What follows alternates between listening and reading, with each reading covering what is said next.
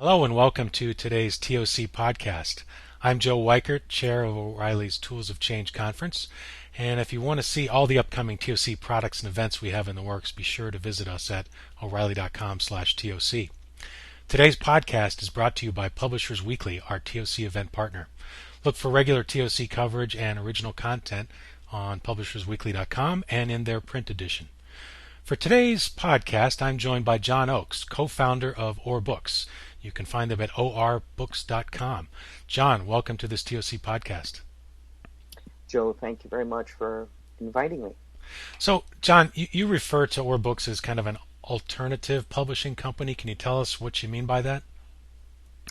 Well, I guess it's alternative by virtue of existing because my co-publisher and I, co-publisher is Colin Robinson, we come out of what I guess you'd call traditional publishing, and we decided that for publishing to really be a viable business, you had to do away with the distribution and production models as they now exist. And so we were looking for alternatives, and happily it turns out that the first letters of our last name, O and R, combined to suggest an alternative. So that all worked nicely together. And our main alternative, and although I think, as I mentioned to you, we're not claiming that we're unique in this. O'Reilly, of course, does this as well, but we sell direct to the consumer. That's our primary means of distribution. Yeah, and in fact, you wrote an article for Publishers Weekly recently talking about direct sales, and that's what really got my attention and caused me to want to reach out to you to talk to you further. So can you give our listeners some background information about that direct channel you've built out? Sure. I think what's unusual about the way we do it is that while a number of specialized publishers have been selling direct to consumers, there aren't so many general trade publishers that do it. And what that entails is each book requires a separate marketing program. And for example, for Eileen Miles, who's a poet and novelist, we had to have something that was focused more on reaching a audience. For our more political books, you really just, the emphasis is on marketing and outreach direct, straight to consumers, as opposed to stuffing the books into shops. Right. And basically, what I think many publishers do and have always done is convince their sales force to put as many copies out there as they possibly can, and the result is consistently very high return rates, which is disastrous for all concerned. Mm-hmm. And you're offering your ebooks in multiple formats, just like we do on O'Reilly.com. And one of the things we've learned over the last couple of years is that PDF is still our customers' favorite format. And I was just kind of wondering, have you followed the format trends of your customers? And if so, can you share with us any of the tendencies that you're finding? Well, Joe, we cheat. We bundle the ebook. So you order an ebook from us, and you get it as EPUB, PDF, and .mobi, which you can read on your Kindle if you have one. Okay, gotcha. So we haven't broken it out that way. We certainly should. And speaking for myself, I prefer PDF. It's certainly seems the easiest to use and the most.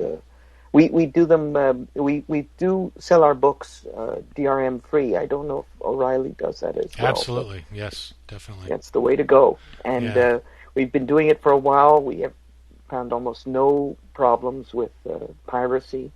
When we come across books that are illegally posted, we let the sites know. They take them down, and it's really not been the issue everyone feared it would be.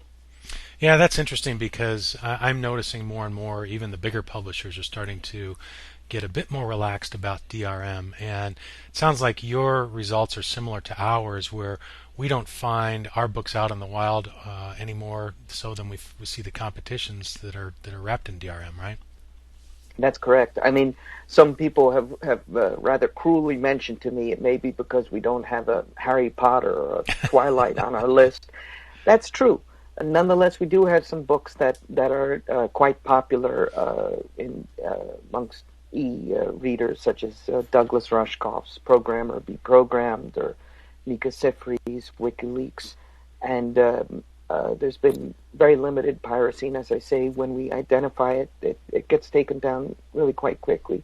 The consumers really seem to appreciate the fact that they can transfer their books amongst their reading devices, and it makes sense. It seems fair to me, and yeah, Yeah, I couldn't agree more. In fact, the thing I always like to say is we just trust our customers. And sure, there's going to be people out there that will steal, and they're going to do that no matter how tightly you make the DRM. But that's I think correct. it goes a long way to show your customers that you trust them. You're giving them the flexibility to put this content wherever they want. So, for That's listeners, right. I'm speaking with John Oakes, co-founder of Or Books, and as a reminder, today's podcast is brought to you by TOC's event partner, Publishers Weekly.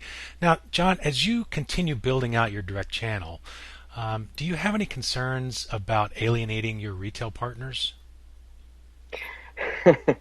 I wish, Joe, we had that concern. Our battle is really at the other end. It's building up retail partners Mm, because Or Books really started from scratch a few years ago. And from day one, our approach was that we were selling books non-returnable on a prepaid basis.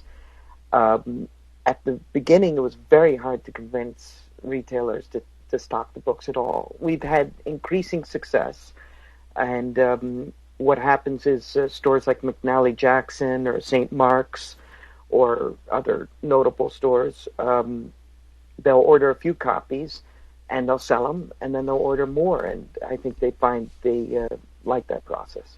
hmm Yeah, that was another thing that caught my eye in that Publishers Weekly article that you wrote, where you talked about the different business terms with retailers on print products. And so it sounds like you're offering them a slightly deeper discount, but getting paid sooner, as well as making the products non-returnable. So, how happy are you with the results of those adjusted terms? Well, we offer a flat 50% discount Okay. and a minimum order. I think for retailers, I think it's actually I'm embarrassed to tell you I can't remember. I think it's 3 or 5 copies, Okay. but that's worked pretty well for us. We still prefer directly to consumers because, of course, you get email addresses, and that's something we use obviously with our customers' permission, but we use to let them know about books that are coming up, and we try and build that often abused word community around our authors and their books. Yeah, that's the other part of this whole direct relationship I find interesting. I mean, when I talk to publishers about direct sales, I think the first thing that they glom onto is, okay, so you're keeping 100% of the transaction, which is fine, but I think the real upside to it is that long-term relationship and having that knowledge of who the Yes. customer is, what they're interested in, and being able to maybe market to them down the road. So, sounds like you're doing a bit of that now. Is that a big part of the reason why you've built out the direct channel as well, as for that ongoing relationship? Yes, we'd like to, if you forgive the word, we'd like to exploit that area much more than we do, but it's certainly something that it seems essential. You go to all that work, whether it's through ads or through live author events or through cultivating contacts, and you amass this list of thousands of people and who want to be informed about what you're doing because they're they they're interested in the types of books that we're putting out, and uh, in some sense, I think we owe it to them. They've expressed confidence in us. They've Mm, bought direct from us and not through Amazon or through another vendor. I don't mean to focus on sure. poor Amazon, but they're sort of the punching bag at the moment. Um, but that's absolutely an essential part of what we're doing, and we have a good list now. But I wish we going forward, I'd like to see us make better use of that list.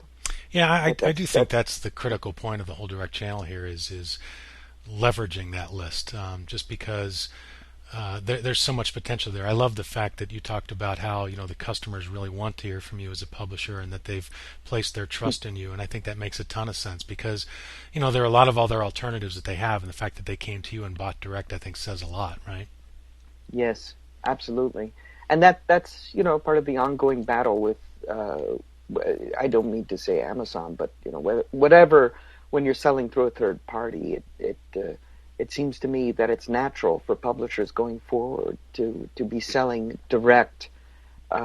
Certainly, when the sales are via the web, there, I think, somewhat paradoxically, what we found is that there really is an argument to be made for bricks and mortar, and I think people that might, who know, I should stay away from making any predictions whatsoever, but it seems there is a place for that in the retail, in the book market. So how So, so? I mean, what's that brick and mortar role, or do you see it evolving from where it is today?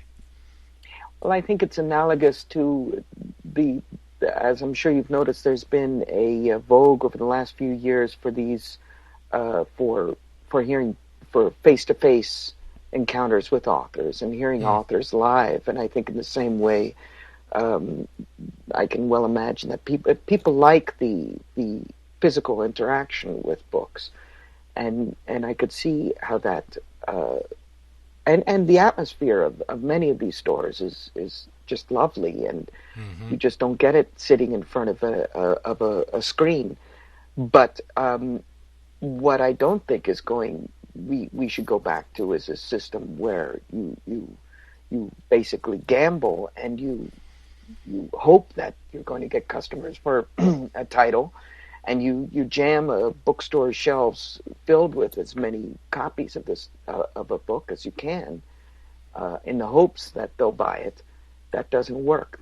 There will have to be more focused selling if it's going to be in a physical environment. Yeah, seems to me like the physical bookstores, one of the advantages they had before ebooks was instant gratification, right? So rather Yes, than having to wait a day or two for a print book to show up on your doorstep, you could get it now and walk out the door with it. But that instant gratification problem has been solved now with ebooks, so anybody can get them pretty yes, much anywhere, anytime. So I think your point is valid that the physical bookstores have to find a new, really key reason to compete and why to buy statement. So, whether it's physical selling in person and so forth, or just somehow taking advantage of that physical presence, that seems to be missing today, and the foot traffic, of course, seems to be dwindling as a result, right? yes. It seems to be.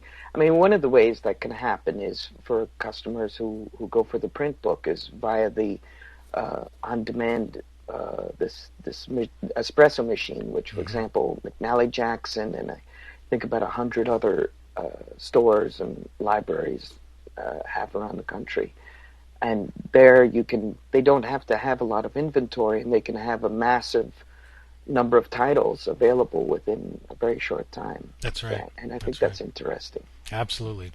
Well, we're out of time. So, John Oakes, co-founder of Or Books, I just wanted to thank you for talking to us today during this TOC podcast. Joe, thank you very much for having me.